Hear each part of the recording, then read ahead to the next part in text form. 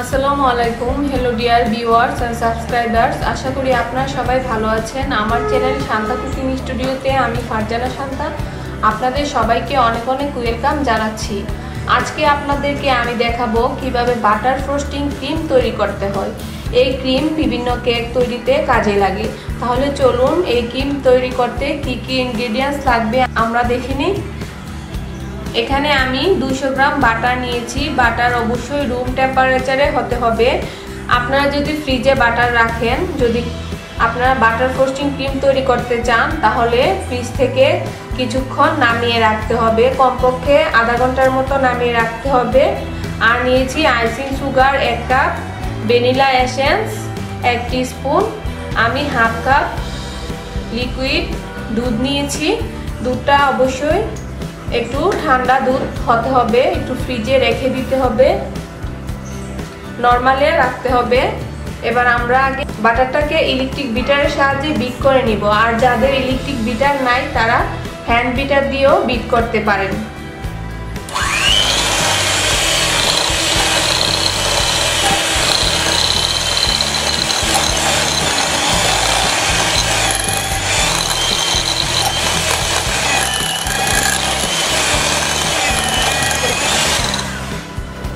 এবার আমরা আইসিং সুগারটা দিয়ে দিচ্ছি আর অল্প একটু পরিমাণ তরল দুধ দিয়ে দিচ্ছি। তরল দুধের পরিমাণটা যদি আরো লাগে তাহলে আমি পরে আরেকটু ইউজ করব, আগে অল্প অল্প দিতে হবে।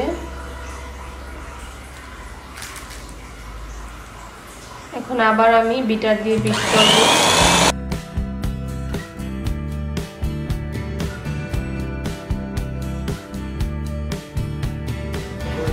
এখন আমি ভ্যানিলা এসেন্স দিয়ে দিচ্ছি। আপনারা যে কোনো এসেন্স ইউজ করতে পারেন, যে কোনো ফ্লেভারের।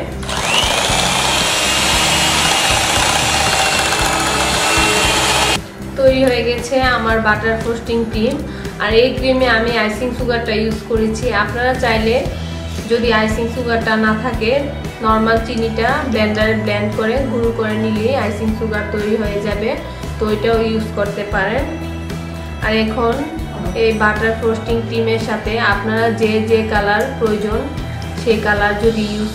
সেই কালার মিশিয়ে আপনারা কেক ডিজাইন করে নেবেন, তাহলেই হবে। তো আশা করি আমার রেসিপিটি আপনাদের অনেক কাজে লাগবে, ভালো লেগেছে। আরো সহজ সুন্দর সুন্দর রেসিপি পেতে আমাদের চ্যানেলটি অবশ্যই সাবস্ক্রাইব করুন। সবাই ভালো থাকবেন, সুস্থ থাকবেন। সবাইকে ধন্যবাদ। আল্লাহ হাফেজ।